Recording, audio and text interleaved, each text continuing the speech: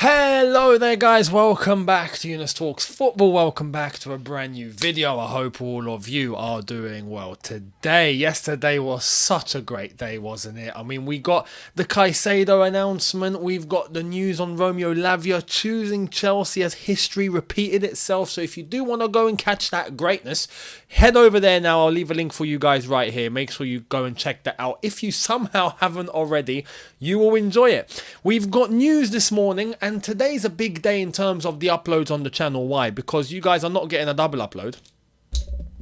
You're getting a triple upload. And this is one of three today. Little surprise coming in store for later on. I know a few of you have been asking for it, so you're going to get it later on. Keep your eyes peeled. Now make sure in order to be here for that and to be aware, you have to subscribe.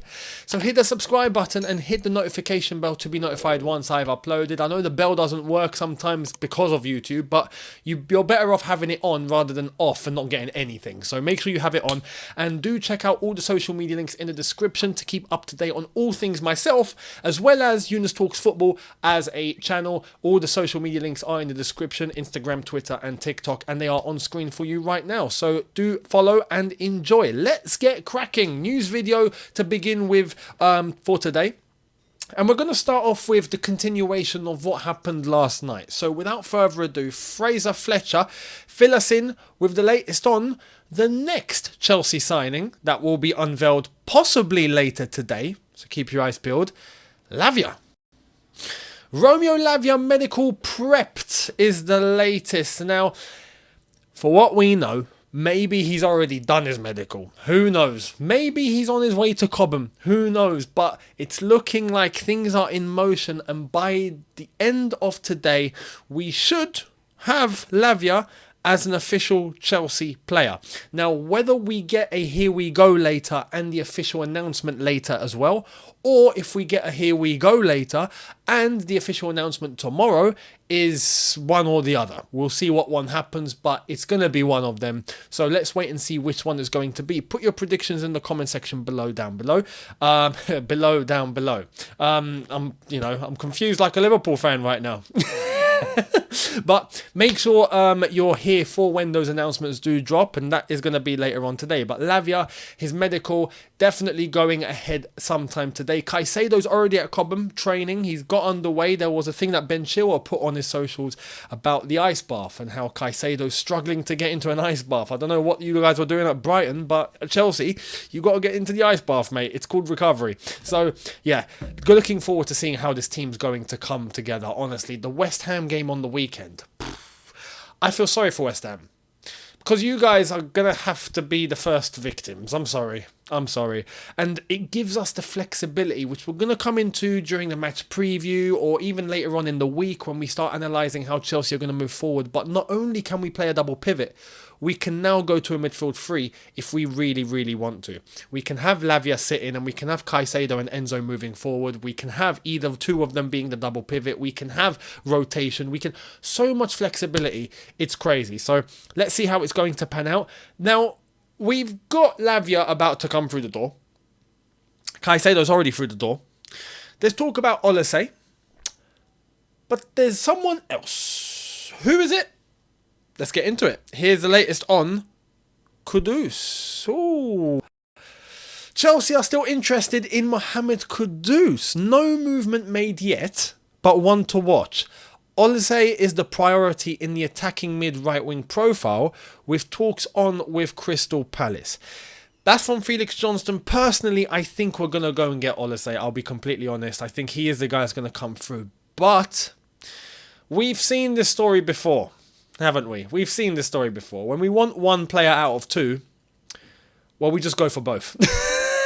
So, can we get Olise and Kudus? Am I asking too much now? Am I getting too greedy? You know, I saw a lot of comments with the Caicedo and Lavia madness when it went down, saying this is what the Bible spoke of when they were talking about Greece. And I'm thinking, no, it's not. It's just, getting your one up on an opponent that thought they could be clever. So Kudus, I would love to have Kudus. Personally, I think it's a deal that financially makes sense, profile makes sense, his type of player makes sense, the way that he is makes sense, everything just makes sense. How he'd fit into the team makes sense. Olise makes sense. There's the one caveat that he's injured at the moment, though. So that's the one thing we've got to take into consideration. However, an injury isn't the end of the world. He will be back. He will be fit. He's training again. He is running again. And he's back to... He's approaching full fitness. So he is on his way back to recovery. So that's, again, it's not the end of the world. But... should we just take both? Screw it. Just take both. Let me know which one you would take. Would you take Olise or would you take Kudus? Personally, I would take Kudus, but I think Chelsea are going to go and get Olise first. Or only Olise. So let me know your thoughts on that and where you think Chelsea should divert. Where should we head, this way or that way? Olise or Kudus, or down the middle and go and get both? Let me know down below, much appreciated. Now, I saw one other piece of news in terms of outgoings, and I have to clarify this situation. I have to. This is a necessity. So this came from Nizar Kinsella. Let's check this out. Chelsea will step up plans to sell Conor Gallagher, Trevor Chalobah, Ian Maatsen, Callum Hudson-Odoi and Hakim Ziyech. Carney Chukwuemeka or new £26 million signing Leslie Ugochukwu could be loaned out. In terms of the loaning out, I can understand that. Even Chukwuemeka, I can understand that. Why? Because when Nkunku comes back, we get Olise or we get Kudus, for example. They're going to be filling into that position. It's going to be quite difficult for a player like Chukwuemeka to play often, even though he's been great. On top of that, if we move to a midfield three of Lavia, Enzo, Caicedo, and we go to a 4-3-3, there is no attacking mid. We now have 2 8s that are going to be assisting the front three. So Chukwuemeka doesn't have a position. It's a way to be able to cope without Nkunku, I would say, for now. So I can understand why even a Chukwuemeka could be loaned. But there's one name there that I'm sorry. Nah. I refuse. Conor Gallagher, okay. Chalobah, okay.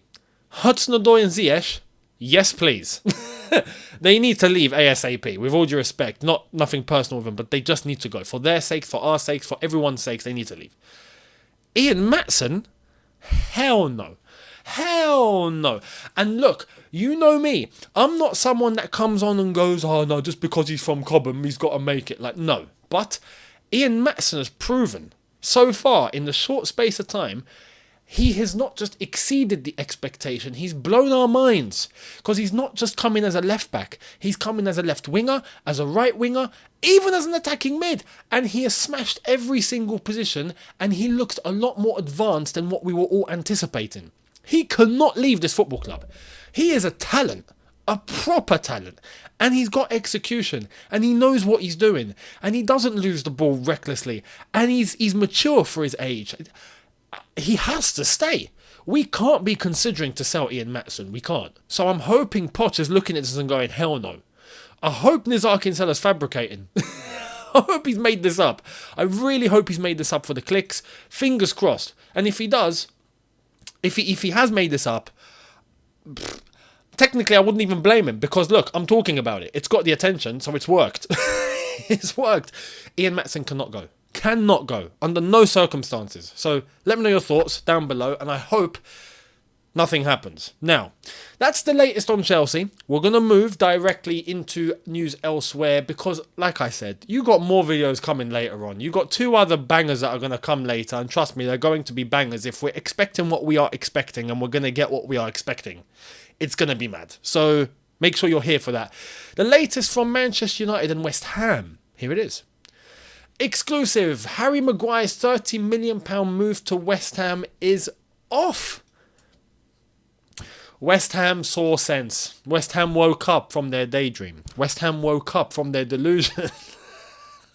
They looked and they went, hang on, no, 1 sec. Were we about to spend money, pound sterling, on Maguire? Nah, call it off. What are we doing? Were we drunk? Like, what's going on? And Man United are there going, damn it, why? Why is it off? Why did they have to pull out? Flipping hell, man. We almost got 30 million for this guy. So, yeah, Man United are the losers. West Ham are still somehow the winners. And Harry Maguire is still at Man United. I don't know how this deal is going to go, I'll be honest. Who's going to come in for him now? He is stuck at Manchester United. Even Man United fans are talking about him having to negotiate less wages now, having to maybe just rot on the bench, maybe. I mean, it's gone left for Harry Maguire. And I'm not surprised. It's Harry Maguire. Of course it was going to come to this point. Here it is. So who's going to be interested now that West Ham have pulled away? And are there going to be any other suitors? It's looking bleak because right now there's not been any mention of anyone else except West Ham. Will West Ham maybe come back in later to try and salvage the situation? Maybe try and get Harry Maguire for a lesser fee? It could be a negotiating tactic. It could be a tactic where we have 2 more weeks of the transfer window or just over 2 weeks left. Maybe towards the end, West Ham go to United, knock, knock. Listen, we'll take Harry Maguire, but you got no one else interested. So here's 20 million. And United will have to go, flipping hell, man. Okay, fine, 20 million it is. And then West Ham get him for a cut price. So it's a possibility, maybe it's a tactic. We'll see. What do you think? Let me know down below. How do you think this will pan out? But Man United are better off just selling him. For any pound sterling at this point, any form of currency, I will take a packet of sweets for Harry Maguire right now. So I think it will happen eventually, maybe just not now, and we'll see. Now, the latest on what should be, like I've mentioned before, one of the biggest stories in world football, but it's not. Weirdly enough, it's not. It's this guy. Al Hilal plan to announce Neymar Jr. as new star signing later today. All documents have been signed on Monday between clubs and player. It's a matter of time then. So later on, you're not getting only big news in terms of Chelsea, it seems. We're getting big news in terms of Neymar, and that's going to be officialised, and we're probably going to see him in the Al Hilal shirt at Saudi, unveiled, and Saudi bites the dust once again. They get another one, and this time they get flipping Neymar. It's a big one. So credit to Neymar for going to get the bag at his age and his accomplishment, although I have to mention this, and when it's official I'll probably talk into more detail, but it's a shame where his career headed. Neymar is a player that really should have been competing for the Ballon d'Or but never did. And I truly think that there's maybe 2 reasons as to why. Maybe one is his disciplinary issues. Maybe he's got a problem, right? Maybe he's not as serious as he should be because he's got the talent. And 2, you were never going to do it at PSG. PSG, you hit a certain level and that's it. You cannot advance further than only where PSG can take you. Like it hits a ceiling and that's it. It can't go further than that. Why? Not necessarily just because it's the French league, but because they've absolutely monopolised that league. They can't achieve anything in Europe. That's it. You've hit the ceiling. That's PSG.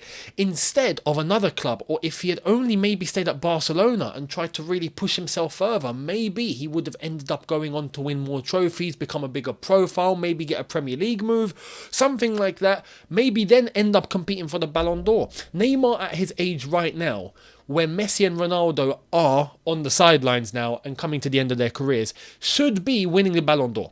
Right now, even at 31, 29 and 30 years old, Neymar should have been that player where he was smashing it and winning the Ballon d'Or. Instead, he wasn't.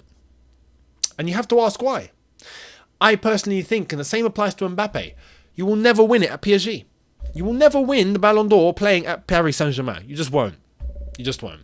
You need to take the next step up. Neymar never did. So, yeah. Crazy. But he's heading off to Saudi. He's going to wrap up his career in a very, very, very, very nice financial manner. That's for sure. And we'll see how it's going to go when he starts playing over in Saudi for Al Hilal. So, Koulibaly's new teammate, Neymar, as I said, it's going to be interesting to watch. So let's see how it all unveils later on. And as of later on, make sure you're going to be here for the next couple of videos that are going to drop. You guys, like I said, are getting a triple upload. So make sure you're going to be here. And there's 2 ways to be here, which is to make sure you, step 1, hit the subscribe button, and step 2, hit the notification bell to be notified once I've uploaded. Next video should be uploaded, I reckon, at about maybe 6 or 7 p.m. UK time, maybe a bit before, but probably about 6 or 7 UK time. And then later on tonight will be another video as normal, so make sure you're here for both of those and enjoy the surprise when it comes later. So make sure you're here, much appreciated. Don't forget, hit the subscribe button, hit the social media links in the description. They are on screen for you right now as well. My Instagram personal one and Younes Talks Football one. Same goes for TikTok and same goes for Twitter, or X as it's now called. And I will see all of you later on. Have a good one, people. See you later. Take care and peace.